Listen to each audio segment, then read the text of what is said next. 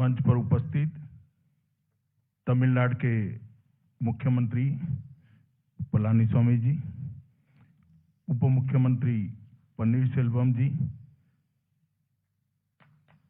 विधानसभा के अध्यक्ष महोदय, इंडस्ट्री मिनिस्टर संपत जी, चीफ सेक्रेटरी, मंच पर बैठे हुए डिपार्टमेंट के सेक्रेटरीज और आज इस कार्यक्रम में आए हुए भारतीय जनता पार्टी के प्रदेश अध्यक्ष महोदय, हमारे तमिलनाडु के प्रभारी सीटी रवि रेड्डी जी, सारे मंत्रीगण, विधायकगण, सांसदगण, भाइयों और बहनों, आप सभी को मेरा नमस्कार वणक्कम। மேடையிலே என்னோடு வீற்றிருக்கும் தமிழ்நாட்டின் முதலமைச்சர் எடப்பாடி கே பழனிசாமி அவர்களே, துணை முதலமைச்சர் மாண்புமிகு ஓ பன்னீர்செல்வம் அவர்களே, மாண்புமிகு தொழில்துறை அமைச்சர் எம்.சி. சம்பத் அவர்களே, मित्रों மற்றும் பாரதிய ஜனதா கட்சியின் தமிழ்நாடு தலைவர் முருகன் அவர்களே, தமிழ்நாடு பொறுப்பாளர் ரவி அவர்களே மற்றும் பெரியோர்களே, தாய்மார்களே, வணக்கம்। मित्रों, सबसे पहले तो मैं दुनिया की सबसे पुरानी भाषाओं में से एक महान तमिल भाषा में आपसे बातचीत नहीं कर सकता, इसलिए आप सबसे मन से क्षमा प्रार्थी हूं कि मैं तमिल बोल नहीं सकता, इसलिए मैं आपसे तमिल में बात नहीं करता। உலகத்திலேயே மிக தொன்மையான மொழியாம் தமிழ் மொழியில் என்னால் உரையாற்ற முடியவில்லை, ஏனென்றால் எனக்கு தெரியாது। உரையாற்ற முடியாமை எனக்கு மிகுந்த வருத்தத்தை அளிக்கிறது। ஆகையால் முதற்கண் உங்கள் முன்பாக அதற்காக நான் மன்னிப்பு கோருகிறேன்।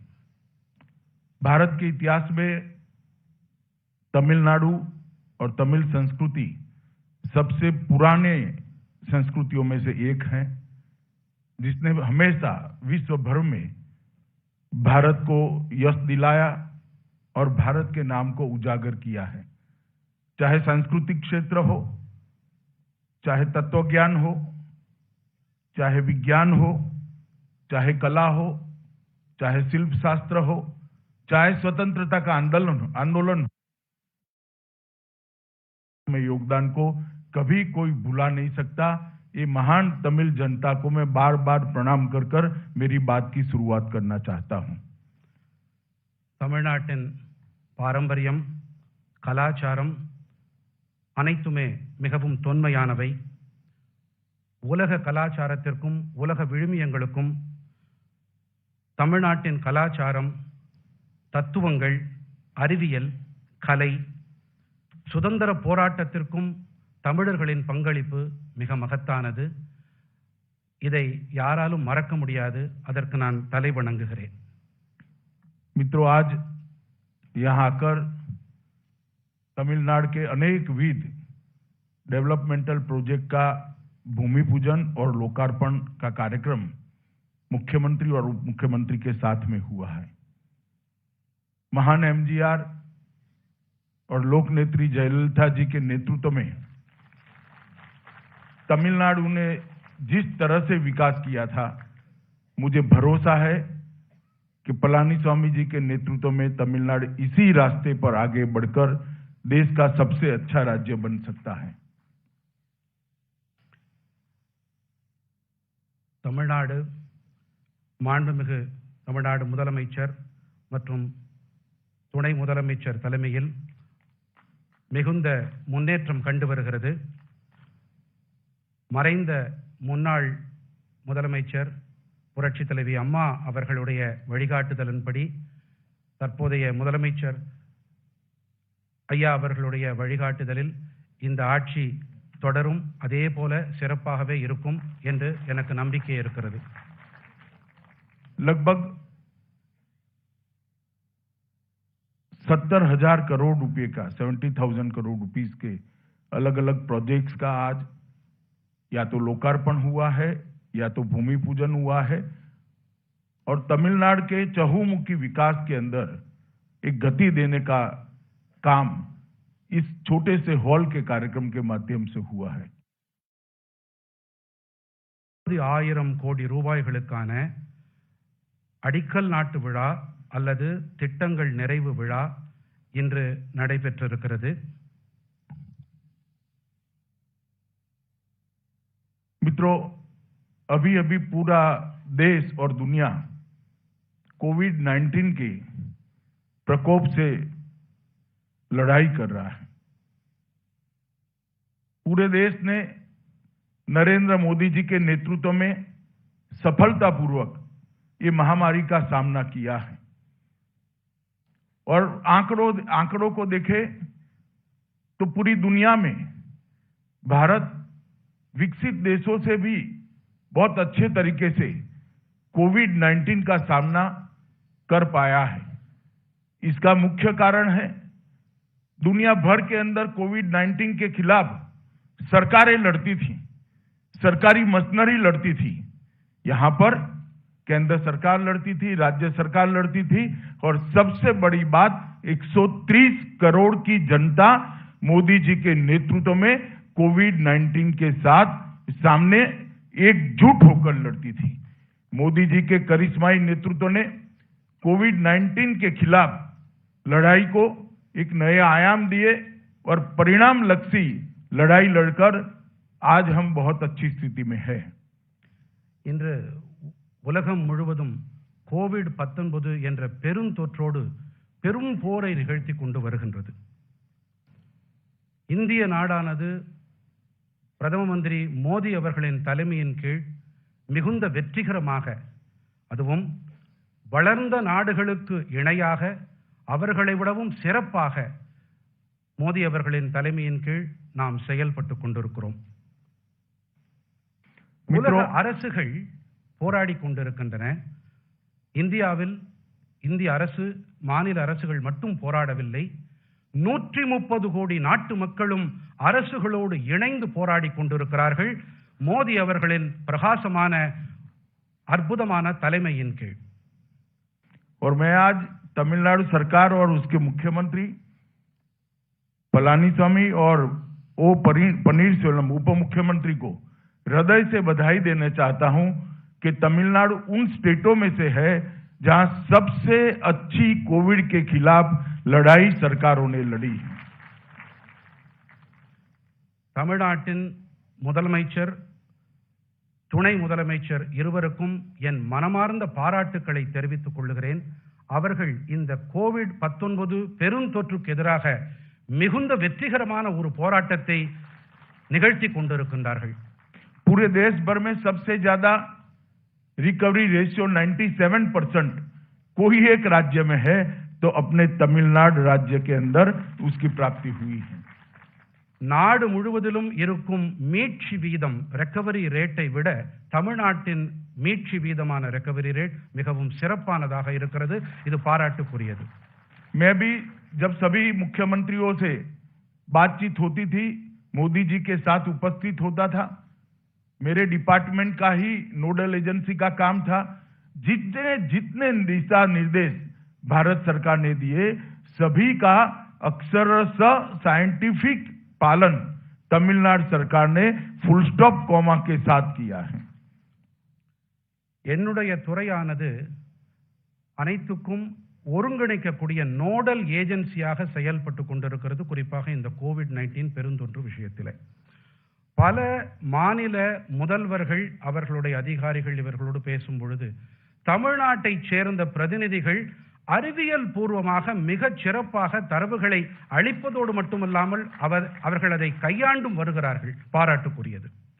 और देश भर में कोविड महामारी के समय में सगर्भा माताओं, प्रेग्नेंट वुमेन का ख्याल और नवजात शिशु, नए जन्मे हुए बच्चों का ख्याल जितना तमिलनाडु सरकार ने बारीकी से रखा है, कोई और सरकार इतना नहीं कर पाई. நாடு முழுவதிலும் குறிப்பாக இந்த காலகட்டத்திலே கர்ப்பிணி பெண்கள் மற்றும் புதிதாக பிறந்த சிசுக்களின் பராமரிப்பு தமிழ்நாட்டை போல எந்த ஒரு மாநிலத்திலும் இப்படிப்பட்ட பராமரிப்பு அளிக்கப்படவில்லை. मित्रों, सिर्फ कोविड की बात नहीं है. मोदी जी के आने के बाद विगत 6 साल से अंदर देश के अंदर एक स्वस्थ स्पर्धा की शुरुआत की है। सुशासन के लिए, गुड गवर्नेंस के लिए हमारे सभी राज्यों के अंदर एक स्पर्धा होती है और हर साल भारत सरकार एक टेबल डिक्लेयर करती है कि सुशासन के अंदर तालिका में सबसे ऊपर राज्य कौन सा है। मुझे कहते हुए आनंद है कि इस साल जारी की गई तालिका के अंदर सुशासन में, गुड गवर्नेंस में तमिलनाडु का पहला नंबर दिया गया है। இது கோவிட்-19 பெருந்தொற்று காலத்தில் மட்டுமல்ல, இந்த நிலை அனைத்து நேரங்களிலும் இதே ஒரு பிரகாசமான, ஒரு ஆக்கப்பூர்வமான ஒரு நிலைதான் நிலவுகிறது. குறிப்பாக கடந்த 7 ஆண்டுகளிலே நரேந்திர மோடி அவர்களுடைய ஆட்சியிலே இதற்கு சிறப்பு கவனம் செலுத்தப்பட்டு வருகிறது. மாநிலங்களுக்கிடையே நல்லாட்சி என்ற ஒரு தகுதி அடிப்படையிலான போட்டிகளில் அதில் தமிழ்நாடு இந்த ஆண்டு முதல் நிலை வகிக்கிறது என்பதை மகிழ்வோடு தெரிவித்துக் கொள்கிறேன். जल संरक्षण और जल वितरण इसके क्षेत्र में राष्ट्रीय जल पुरस्कारों के तहत सर्वश्रेष्ठ राज्य इस साल इसमें भी तमिलनाडु को ही स्थान मिला है. நீர் பாதுகாப்பு, நீர் விநியோகம் ஆகிய 2 துறைகளிலும் தமிழ்நாட்டுக்குத்தான் இந்த ஆண்டு முதல் இடம் அளிக்கப்பட்டிருக்கிறது. मित्रों, जिस तरह से सभी राज्यों के बीच में एक स्वस्थ स्पर्धा देश को आगे बढ़ाती है, इस प्रकार से देश के सभी जिलों के बीच में भी एक स्पर्धा और उसका तालिका, उसका टेबल डिक्लेयर करने की परंपरा नरेंद्र मोदी जी ने की है. दक्षिण में सर्वश्रेष्ठ जिले की जो चयन हुआ उसमें नदियों का पुनरुद्धार के बारे में तमिलनाडु को पहला और द्वितीय दोनों स्थान वेल्लोर और करूर जिलों को मिला है. यह भी तमिलनाडु के लिए बहुत बड़ी उपलब्धि है. எப்படி உடல்நல குறியீடுகளிலும் மாநிலங்களுக்கு இடையான போட்டியிலும் எப்படி போட்டிகள் நடக்கின்றனவோ அதே போல மாவட்டங்களுக்கு இடையேயான போட்டிகள் என்று வரும்பொழுது தமிழ்நாட்டின் 2 மாவட்டங்கள் முன்னணி இடங்கள் வகிக்கின்றன. ஒன்று வெல்லூர், மற்றது கரூர். मित्रों, अभी अभी मोदी जी ने देश भर के किसानों को एक प्रकार से उनकी उपज को, उनकी प्रोडक्ट्स को बेचने के लिए बांध लिया गया था. उसमें से मुक्ति देने के लिए ढेर सारे एग्रीकल्चर रिफॉर्म्स लेकर आई. मैं तमिलनाडु सरकार को अभिनंदन देना चाहता हूं कि तमिलनाडु सरकार ने डटकर एग्रीकल्चर रिफॉर्म्स का समर्थन किया है और तमिलनाडु के किसानों के लिए ये बहुत बड़ी उपलब्धि है और आने वाले दिनों में देश के साथ तमिलनाडु का किसान भी ये सारे रिफॉर्म्स का फायदा प्राप्त करेगा, इसका मुझे विश्वास है. நாடு முழுவதிலும் இருக்கும் விவசாயிகள் அவர்களை பல தளைகள் கட்டுப்படுத்தி வருகின்றன. அந்த தளைகளிலிருந்து விடுதலை அளிக்கும் முகத்தான் மோடி அரசானது இப்பொழுது 3 வகையான சீர்திருத்தங்களை மேற்கொண்டிருக்கிறது. அந்த சீர்திருத்த நடவடிக்கைகளை, விவசாயிகளுக்கு விடுதலை அளிக்கக்கூடிய அந்த சீர்திருத்த நடவடிக்கைகளுக்கு தமிழ்நாடு அரசு பலத்த ஆதரவு கொடுத்து இனி தமிழ்நாட்டில் இருக்கும் விவசாயிகளும் அவர்களும் மேலும் சிறப்பான நிலையை எய்துவார்கள். मित्रों, नरेंद्र मोदी जी ने 60 वर्षों से वंचित गरीब परिवार, 60 करोड़ गरीब लोगों के लिए ढेर सारी योजनाएं लाए हैं. सबसे पहले हर गरीब के घर में जन धन अकाउंट पहुंचाने का काम किया, जिससे डायरेक्ट बेनिफिट ट्रांसफर स्कीम के तहत बिचौलियों का स्थान नहीं रहा. उसके बाद में हर गरीब माता के घर में गैस का सिलेंडर पहुंचाने का काम किया और देश भर में लगभग 13 करोड़ गरीब माताओं को गैस का सिलेंडर पहुंचाने का काम किया. उसके बाद में हर गरीब के घर में शौचालय, टॉयलेट पहुंचाने का काम किया और लगभग देश में हर गरीब के घर में टॉयलेट को पहुंचाया. हर गरीब को अपना घर देने का भी वादा किया है और वो भी योजना मुझे विश्वास है 2022 तक, जब देश की आजादी के 75 साल समाप्त होंगे, ये समाप्त हो जाएगी. हर गरीब के घर में स्वच्छ पीने का पानी पहुंचे, इसके लिए भी शुरुआत नरेंद्र मोदी सरकार ने की है और इसमें भी तमिलनाडु ने बहुत अच्छा इंप्लीमेंटेशन हर घर में पानी जल जीवन मिशन के तहत किया है। ये सारी योजनाओं को अच्छे से इंप्लीमेंट करने में राज्यों को अगर नंबर दिए जाए तो मुझे विश्वास है तमिलनाडु देश के सर्वप्रथम राज्यों में से एक आएगा। इतने अच्छे से केंद्र की योजनाओं को तमिलनाडु के अंदर तमिलनाडु सरकार ने इंप्लीमेंट किया है। ஏழைகளுக்கான பல நலத்திட்டங்களை மைய அரசு அமல் செய்து வருகிறது. ஒரு திட்டமான ஜன்தன் திட்டப்படி இதில் ஏழைகளுக்கு கடன் வழங்கப்படுகிறது. அதிலே இடைத்தரகர்கள் யாரும் இல்லாமல் பார்த்துக் கொள்ளப்படுகிறது. அடுத்ததாக ஏழைகளுக்கு இலவச எரிவாயு திட்டம்.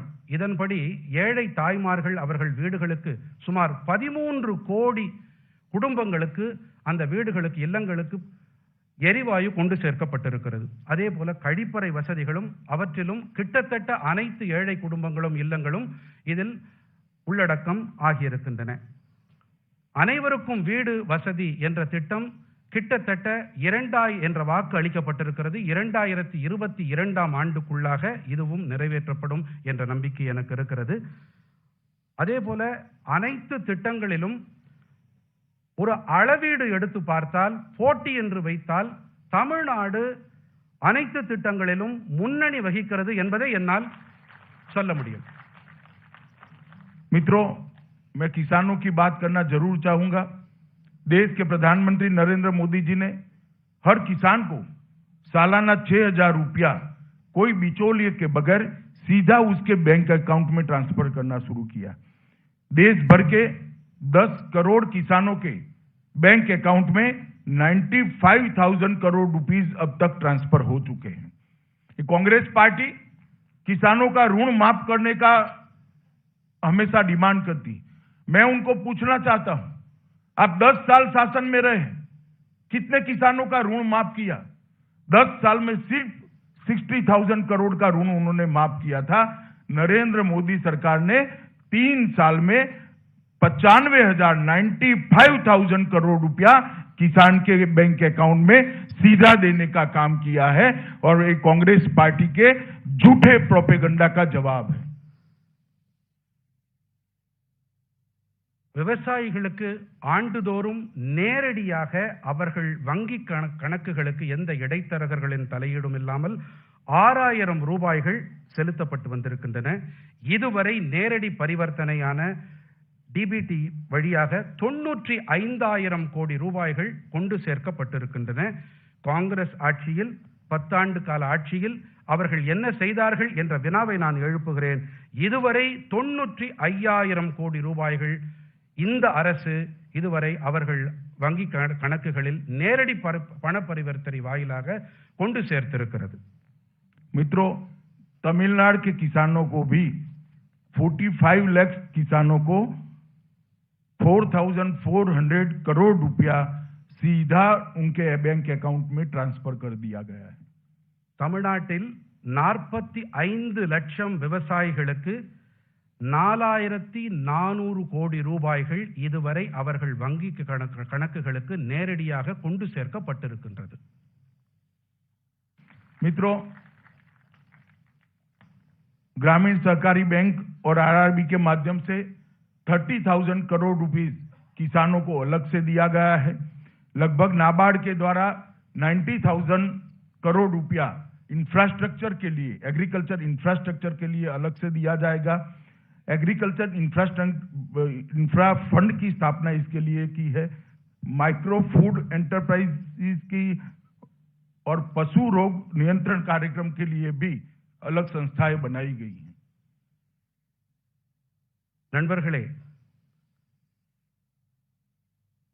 விவசாயிகளுக்கு 30,000 கோடி ரூபாய் கட்டமைப்புக்காக நாபார்டு மூலமாகவும் ஊரக வங்கிகள் வாயிலாகவும் அளிக்கப்பட்டிருக்கின்றன. இவை தவிர நுண் உணவு அமைப்புகளுக்கும் ஆதரவு அளிக்கப்பட்டு வருகின்றது. Micro food enterprises. मित्रों, ब्रू रेवोल्यूशन की भी मैं जरूर बात करना चाहूंगा क्योंकि बहुत बड़ा पोटेंशियल तमिलनाडु राज्य के लिए यहाँ पर पड़ा हुआ है. भारत सरकार ने अलग मत्स्य पालन विभाग शुरू किया है और उसके तहत 20,000 करोड़ की लागत से एक ब्लू रेवोल्यूशन फंड की स्थापना की है। तमिलनाडु देश में मछली उत्पादन में चौथे नंबर पर है और लगभग 4,341 करोड़ रुपए का एक्सपोर्ट भी होता है और 88,000 मैट्रिक टन मछली का उत्पादन होता है। अगर ब्लू रेवोल्यूशन फंड का ढंग से उपयोग तमिलनाडु सरकार करती है तो मुझे भरोसा है कि ब्लू रेवोल्यूशन में भी तमिलनाडु देश का नंबर 1 राज्य बन सकता है। इसमें और किसी को संशय नहीं होना चाहिए। நீல புரட்சி என்று சொல்லப்படக்கூடிய ப்ளூ ரெவல்யூஷன், இதில் தமிழ்நாட்டிலே பெரும் சாத்தியக்கூறுகள் நிலவுகின்றன. தற்போது தமிழ்நாடு 4ஆம் இடத்தில் இருக்கிறது. கிட்டத்தட்ட 82,000 மெட்ரிக் டன் அளவு ஏற்றுமதி செய்யப்படுகின்றது. பெரும் சாத்தியக்கூறுகள் இருக்கின்றன. அது கூடிய விரைவிலே அவையும் தமிழ்நாடு முன்னணி மாநிலமாக மாறக்கூடிய வாய்ப்பும் இருக்கிறது. मैं जल आपूर्ति की भी एक बात जरूर करना चाहता हूं, क्योंकि तमिलनाडु के विशेषकर गरीब लोगों के लिए बहुत महत्वपूर्ण बात है। तमिलनाडु के 1.42 करोड़ ग्रामीण परिवार जो गांव के अंदर रहते हैं, उनमें से सिर्फ 15% ग्रामीण परिवारों के पास ही अपने घर में पीने के पानी का कनेक्शन था। अब मोदी जी एक नई योजना लेकर आए हैं और वो योजना के तहत 2024 तक हर घर में पीने के पानी का कनेक्शन देना है। और मैं तमिलनाडु सरकार को अभिनंदन करना चाहता हूं कि 1,20,00,000 परिवारों को 2024 तक 100% पीने का पानी घर में पहुंचाने की योजना उन्होंने बनाई है और उसमें से 9 लाख लोगों को, 9 लाख परिवारों को पीने का पानी घर में पहुंचाने का काम समाप्त भी कोविड होने के बावजूद कर चुके हैं। ये देश भर में बहुत अच्छा इम्प्लीमेंटेशन तमिलनाडु ने इस योजना का करा है। मुझे भरोसा है कि आने वाले दिनों में एक भी घर ऐसा नहीं होगा कि जहां पर शुद्ध पीने का पानी नल के द्वारा नहीं आता होगा। தமிழ்நாட்டில் சுமார் 15% ஏழை மக்களுடைய வீட்டிலே சுத்தமான குடிநீருக்கான சாத்தியக்கூறு இல்லாத நிலை இருக்கிறது. 2024ஆம் ஆண்டுக்குள்ளாக மோடி அரசுடைய உறுதிப்பாடு என்னவென்றால், நாட்டில் இருக்கும் அனைத்து ஏழை குடிசைகளாகட்டும் இல்லங்களாகட்டும் அங்கு சுத்தமான குடிநீர் கொண்டு சேர்க்கப்படும் என்பதுதான். அதிலே தமிழ்நாடு இதிலும் முன்னணி வகித்துக் கொண்டிருக்கிறது. मित्रों, यहां पर जो सरकार चल रही है वो सरकार मुख्यमंत्री जी और उप मुख्यमंत्री के नेतृत्व में चल रही है। मैं तमिलनाडु की जनता को बताना चाहता हूं कि भारत की केंद्र सरकार, नरेंद्र मोदी सरकार, एनडीए की सरकार चट्टान की तरह तमिलनाडु सरकार के साथ खड़ी है और तमिलनाडु के डेवलपमेंट के लिए कमिटेड है। இங்கே மாண்புமிகு முதலமைச்சர் மற்றும் மாண்புமிகு துணை முதலமைச்சர் தலைமையிலே மிகச் சிறப்பான ஆட்சி நடைபெற்று வருகிறது. நான் மோடி அரசுடைய அவர் சார்பாக பாறையை போல இந்த ஆட்சிக்கு, நல்லாட்சிக்கு, தமிழ்நாடு மக்களுக்கு உறுதுணையாக நாங்கள் இருப்போம் என்பதை இந்த நேரத்திலே நான் தெரிவித்துக் கொள்கிறேன். राज्य को डिफेंस इंडस्ट्रियल कॉरिडोर देने का काम भी भारतीय जनता पार्टी की नरेंद्र मोदी सरकार ने किया। देश में 2 ही जगह पर दिया है, इसमें से एक हमारे तमिलनाडु को दिया है। நாட்டிலே 2 இடங்களில் பாதுகாப்பு வளாகம், டிஃபென்ஸ் காரிடோர் அமைக்கப்பட்டிருக்கிறது. ஒன்று உத்தரப்பிரதேசத்தில், மற்றது தமிழ்நாட்டில். அது இந்த திட்டத்தையும் தமிழ்நாட்டிலே துவக்கியது மோடி அரசுதான். सागरमाला के तहत 2.25 लाख करोड़ रुपया का इन्वेस्टमेंट, जिसमें से 32,000 करोड़ रुपया पूरे पोर्ट के आधुनिकीकरण के लिए और 57,000 करोड़ रुपया रोड्स के लिए, 1,35,000 करोड़ रुपया बंदरगाह केंद्रित इंडस्ट्रियल डेवलपमेंट के लिए, टोटल 2.25 लाख करोड़ रुपया सागरमाला के तहत भारत सरकार ने तमिलनाडु के लिए दिया है। சாகர்மாலா திட்டத்தின்படி தமிழ்நாட்டுக்கு 2.25 லட்சம் கோடி ரூபாய்கள் ஒதுக்கீடு செய்யப்பட்டிருக்கின்றன. இதில் துறைமுக கட்டமைப்புக்காக 1,35,00,000 லட்சம் ரூபாயும், சாலைகளுக்காக 57,000 கோடி ரூபாய்களும் அளிக்கப்பட்டிருக்கின்றன. मित्रों, मदुरई के अंदर 1264 करोड़ की इन्वेस्टमेंट से एम्स का शिलान्यास प्राइम मिनिस्टर ने कर दिया है. மதுரையில் 12,460 கோடி ரூபாய் செலவில் எய்ம்ஸ் மருத்துவமனைக்கான அடிக்கல் நாட்டு விழா செய்யப்பட்டிருக்கிறது. East Coast Road 13,795 crore rupees की लागत से काम शुरू हो चुका है. கிழக்கு கடற்கரை சாலையில் சுமார் 7,700 கோடி ரூபாய் செலவிலான பணிகள் துவங்கியாகிவிட்டன. भारत के महान राष्ट्रपति एपीजे अब्दुल कलाम मेमोरियल का उद्घाटन भी श्री नरेंद्र मोदी जी ने यहां पर ही तमिलनाडु की धरती पर ही रामेश्वरम में किया है. இந்தியாவின் மகத்தான குடியரசுத் தலைவரான டாக்டர் ஏபிஜே அப்துல் கலாம் அவர்களுடைய நினைவிடத்தையும் மோடி அரசு, மோடி அவர்கள் திருக்கரங்களால் இங்கே துவக்கி இருக்கிறது, அதனை ஆரம்பித்து வைத்திருக்கிறது. तेजस एक्सप्रेस देश के कुछ राज्यों में शुरू की गई, उसमें भी तमिलनाडु शुमार है. चेन्नई मदुरई रूट पर तेजस एक्सप्रेस चलेगी, जो मेक इन इंडिया का सबसे बड़ा उदाहरण है. தேஜஸ் எக்ஸ்பிரஸ் விரைவு வண்டி சில மாநிலங்களிலே தற்போது ஓடிக்கொண்டிருக்கிறது. அதில் ஒரு தடம் சென்னை மதுரை தடமானது, அது இப்போது இயங்கிக் கொண்டிருக்கிறது. मित्रों, मैं चाहूंगा कि इसका आप बहुत स्वागत करें. हमारे चेन्नई सेंट्रल रेलवे स्टेशन का नाम बदलकर महान एमजी रामचंद्रन के नाम पर करने का भी काम नरेंद्र मोदी जी ने किया है. இந்த தேஜஸ் எக்ஸ்பிரஸ் மேக் இன் இந்தியா திட்டத்தின்படி அதற்குட்பட்டு செயல்படுத்தப்பட்டு வருகிறது. அதே போல இன்னொரு விஷயம், சென்னை சென்ட்ரல் ரயில்வே நிலையத்தை டாக்டர் எம்ஜிஆர் அவர்கள் பெயரால் எம்ஜிஆர் ரயில்வே நிலையமாக மாற்றி அமைத்திருக்கிறது மோடி அரசு. मैं कई बार डीएमके के नेताओं को सुनता हूं तो तमिलनाडु के अन्याय की बात करते हैं. मैं आज यहां पर आया हूं तब कांग्रेस पार्टी और डीएमके नेताओं को पूछना चाहता हूं कि 10 साल आपकी केंद्र में सरकार थी और 10 साल तक आपने तमिलनाडु को क्या क्या दिया, इसका हिसाब किताब लेकर चेन्नई के किसी भी चौराहे पर आप खड़े हो जाइए, हम जवाब देने के लिए आपको तैयार है कि हमने ज्यादा मदद करी है तमिलनाडु को या केंद्र सरकार आपकी थी तब हुई. और हम बड़ी विनम्रता के साथ कहते हैं कि हमने जो तमिलनाडु को योजनाएं दी है, रुपया दिया है, ये कोई तमिलनाडु को हेल्प करने के लिए नहीं दिया है. ये तमिलनाडु का अधिकार है जो आज तक नहीं मिलता था. नरेंद्र मोदी जी ने वो अधिकार यहां तक पहुंचाने का काम किया है. திராவிட முன்னேற்ற கழக தலைவர்கள் அடிக்கடி தமிழ்நாட்டுக்கு மைய அரசு அநீதி இழைத்திருக்கிறது என்று கூறுவார்கள். நான் அவர்களிடம் இங்கே சென்னைக்கு வந்திருக்கிறேன், இங்கு அவர்களிடம் ஒரு கேள்வி கேட்க விரும்புகிறேன். 10 ஆண்டுகளிலே நீங்கள் மைய அரசிலே ஆட்சி வகித்தீர்கள், அங்கம் வகித்தீர்கள். நீங்கள் இதுவரை தமிழ்நாட்டுக்கு என்ன செய்திருக்கிறீர்கள் என்று பட்டியலிடுங்கள்.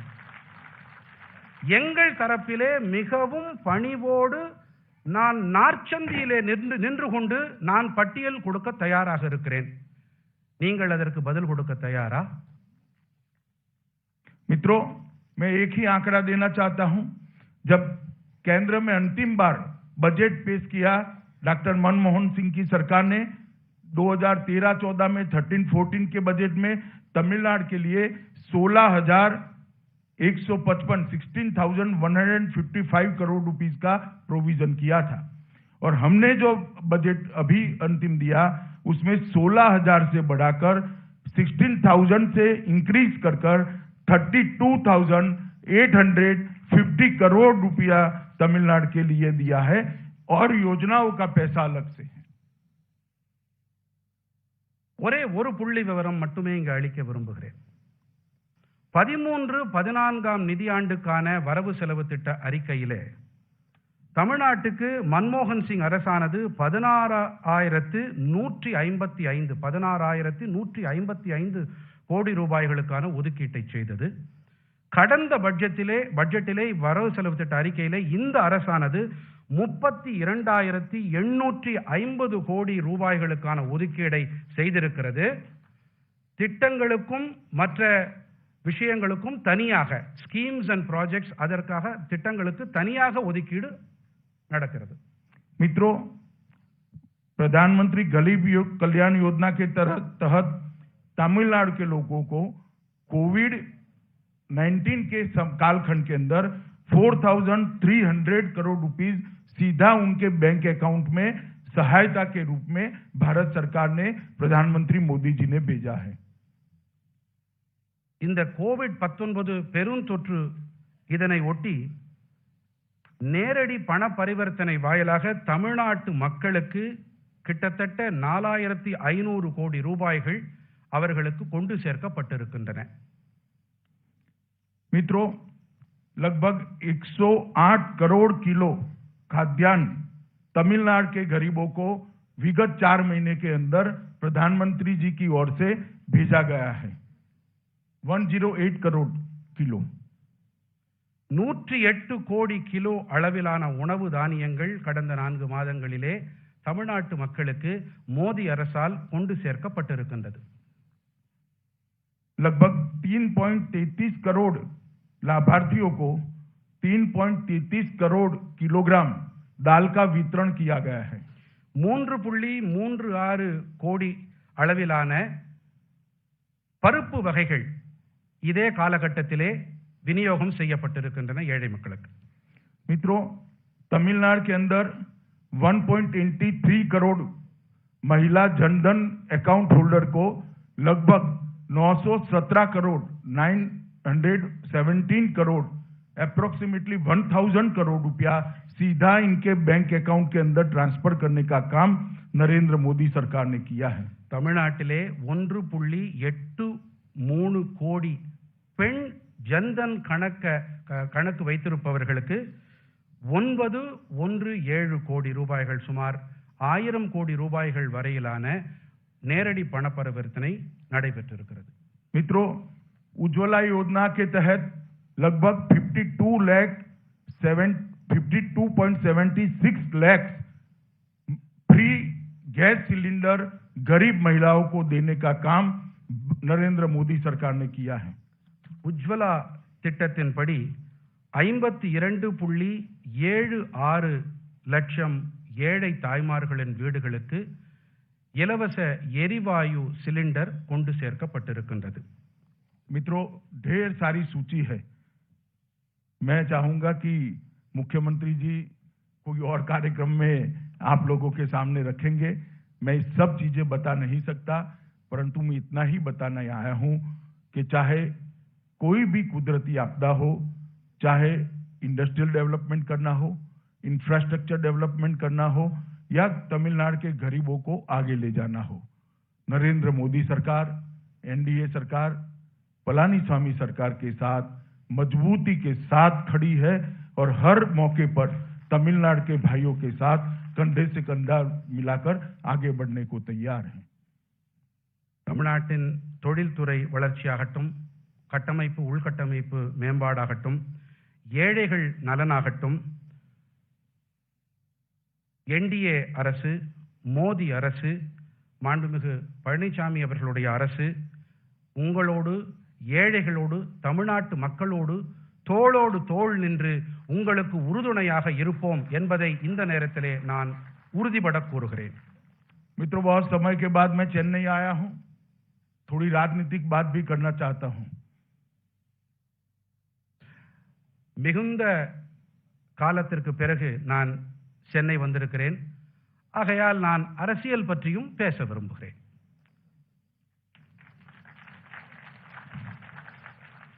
नरेंद्र मोदी जी के राष्ट्रीय राजनीति में आने के बाद देश भर में भ्रष्टाचार, परिवारवाद और जातिवाद, ये तीनों को समाप्त करने की एक लड़ाई लड़ी है नरेंद्र मोदी जी ने. भ्रष्टाचार और जातिवाद की बात बाद में करूंगा, पहले मैं परिवारवाद की बात करना चाहता हूं। देश भर में अलग अलग राज्यों में जब जब चुनाव आया, मोदी जी के नेतृत्व में हम चुनाव लड़े और हर राज्य से परिवारवादी पार्टियों को चुनाव में करारी हार सहन करनी पड़ी है। अब तमिलनाडु की बारी है, यहां पर भी एक परिवारवादी पार्टी चलती है जो डेमोक्रेटिक वैल्यूज पर नहीं चलती, परिवार को ही आगे बढ़ाकर अपनी राजनीति करती है। मुझे पूरा भरोसा है कि यहां पर आने वाले चुनाव में जब चुनाव होगा तब परिवारवादी शक्तियां समाप्त हो जाएगी और लोकतांत्रिक शक्तियां, डेमोक्रेटिक शक्तियां आगे बढ़ेगी। தமிழ்நாட்டிற்கு நான் வந்திருக்கும் இந்த வேளையிலே ஒரு விஷயத்தை நினைவுகூர விரும்புகிறேன். நரேந்திர மோடி அவர்கள் அரசியல் களத்திலே வந்த பிறகு 3 வாதங்களுக்கு எதிராக அவர் போர்க்கொடி உயர்த்தினார். அதில் அவர் வெற்றியும் கண்டு வருகிறார். ஒன்று ஊழல்வாதம், அடுத்ததாக பரம்பரைவாதம், குடும்ப அரசியல், அதற்கு அடுத்தபடியாக சாதிய அரசியல். இதிலே முதலாவதாக நான் பரம்பரை அரசியல் என்ற குடும்ப அரசியலை பற்றி பேச விரும்புகிறேன். குடும்ப அரசியல் நடத்தி வரும் இங்கே சில கட்சிகள் அவர்களை போன்ற குடும்ப அரசியலை நாடு முழுவதும் நடத்தி கொண்டிருக்கும் தேசிய மாநில கட்சிகளுக்கு மக்கள் சரியான பாடத்தை புகட்டி கொண்டிருக்கின்றார்கள். அதே பாடம் தமிழ்நாட்டிலும் புகட்டப்படும் என்பது என் உறுதியான நம்பிக்கை. और मित्रों, बड़ा आश्चर्य होता है जब कांग्रेस और डीएमके के मित्र भ्रष्टाचार की, करप्शन की बात करते, जिनके नेतृत्व में 2G स्कैम हुआ, लाखों करोड़ों रुपए का भ्रष्टाचार हुआ, उनको क्या अधिकार है भ्रष्टाचार के लिए, करप्शन के लिए बोलने का? நண்பர்களே, எனக்கு ஒரு விஷயம் ஆச்சரியத்தை ஏற்படுத்துகிறது. காங்கிரஸ், திராவிட முன்னேற்ற கழகம் ஆகிய இவர்களுடைய கூட்டாட்சி இருக்கிறதே, இவர்கள் ஊழலுக்கு எதிராக பேசுகின்றார்கள். ஊழலுக்கு எதிராக பேசுவதற்கு இவர்களுக்கு என்ன அருகதை இருக்கிறது, அதிகாரம் இருக்கிறது? 2G அலைக்கற்றை மட்டுமல்லாமல் ஏகப்பட்ட கோடிக்கணக்கான ரூபாய் பெருமானம் உள்ள ஊழல்களை செய்தவர்கள், அவர்களுக்கு ஊழலுக்கு எதிராக பேச்சு பேச அவர்களுக்கு என்ன அருகதை இருக்கிறது? मैं इतना ही कहना चाहता हूं कि भ्रष्टाचार के आरोप लगाने के पहले अपने परिवार में क्या हुआ है उसका कच्चा चिट्ठाई एक बार देख लीजिए, कभी आप भ्रष्टाचार का नाम नहीं लोगे. ஊழல் குற்றச்சாட்டை நீங்கள் வைப்பதற்கு முன்பாக தயவு செய்து உங்கள் பின்னே உங்கள் குடும்பத்தை சற்றே திரும்பி பாருங்கள். அதற்கு பிறகு ஊழல் எது, ஊழல் இன்மை எது என்பது உங்களுக்கு புரியும். मित्रों, मोदी जी के नेतृत्व में गरीब कल्याण की दिशा में देश बहुत आगे बढ़ा है. 60 करोड़ लोगों के जीवन के अंदर एक परिवर्तन लाने की शुरुआत की है. मोदी जी के नेतृत्व में पूरे विश्व के अंदर देश को एक सम्मान मिला है. पूरे विश्व का देश को देखने का नजरिया बदला है. मोदी जी के नेतृत्व में इस देश की सीमाओं को सुरक्षित करने का काम भी नरेंद्र मोदी जी ने किया है. अब तमिल मछुआरों के सामने कोई आंख उठाकर देख नहीं सकता. उनकी सब कठिनाइयों को जानकर मोदी जी उनको वापस लाने के लिए सदैव तत्पर है. ஏழைகள் நலனிலே மோடி அரசு மிகுந்த கவனத்தை செலுத்தி வருகிறது. தமிழ்நாடு மீனவர்கள் இன்று அச்சமில்லாமல் இருக்கிறார்கள். ஒருவருக்கு கூட பாதிப்பு என்று இங்கே யாரும் வந்து கேட்பதில்லை. அதே போல உலக நாடுகள் இந்தியாவை பார்க்கும் கண்ணோட்டத்தையே மோடி அவர்கள் மாற்றி அமைத்திருக்கிறார். और मोदी जी जब श्रीलंका गए तब भी जाफना को नहीं भूले. वहां तमिल बस्तियों में जाकर अपने भाइयों बहनों को मिले और उनको आवास देने का, निर्माण का प्रोजेक्ट का शिलान्यास किया. लगभग 50,000 से ज्यादा तमिल परिवारों को लंका के अंदर आवास मिलने हैं और क्षतिग्रस्त मंदिरों को भी पुनर्निर्माण का काम शुरू होना है. யாழ்ப்பாணம் சென்ற மோடி அவர்கள் அங்கே கூட வீடு இழந்த சுமார் 50 லட்சம் தமிழர்களுக்கு வீடுகளை கட்டி கொடுக்கும் ஏற்பாடுகளை செய்திருக்கிறார். அவர்களுக்கு அங்கு பாதுகாப்பு யாழ்ப்பாண தமிழ் சகோதர சகோதரிகளுக்கு அங்கே இல்லங்கள் இருக்கின்றன. அதே போல உலகம் மோடி அவர்கள் காரணமாக உலகத்திலே இந்திய நாட்டுக்கு ஒரு நன்மதிப்பு ஏற்பட்டிருப்பதோடு நமக்கு பாதுகாப்பும் இப்பொழுது நல்ல பாதுகாப்பும் கிடைக்கிறது. और मित्रों, मोदी जी के नेतृत्व में हमारे सुरक्षा बलों का हौसला भी मजबूत है। मैं परसों की ही बात करना चाहता हूं। पड़ोस के देश से भेजे गए 4 आतंकवादी बहुत बड़ी घटना को अंजाम देना चाहते थे। उनको पकड़ लिया गया, रास्ते में रोका गया और चारों के चारों बहुत बड़े असले के साथ, बहुत हथियारों के साथ एनकाउंटर में मारे गए। मोदी जी के नेतृत्व में सुरक्षा बलों का जो हौसला मजबूत हुआ है, मैं आज उन सभी सुरक्षा बलों के जवानों का अभिनंदन करना चाहता हूं जिन्होंने अपनी जान की बाजी लगाकर देश को सुरक्षित किया है। और मुझे भरोसा है कि मोदी जी के नेतृत्व में देश की सीमाएं सुरक्षित रहेगी, देश विकास के रास्ते पर आगे भी बढ़ेगा और दुनिया भर में भारत का नाम और सम्मान दोनों आसमान के छूते हुए नजर आएंगे। मैं आज यहां से तमिलनाडु की जनता को अनंत अनंत शुभकामनाएं आज जो प्रोजेक्ट्स हुए हैं इसके लिए देना चाहता हूं। मुख्यमंत्री जी, उप मुख्यमंत्री जी, इनके साथी मंत्री सभी को भी हृदय से बहुत बहुत शुभकामनाएं देकर मेरी बात को समाप्त करना चाहता हूं। भारत माता की जय। நம்முடைய பாதுகாப்பு படையினர் நீங்கள் சற்று முன் கேள்விப்பட்டிருக்கலாம், 2 நாட்கள் முன்னதாக 4 தீவிரவாதிகளை பெரும் ஆயுதங்களோடு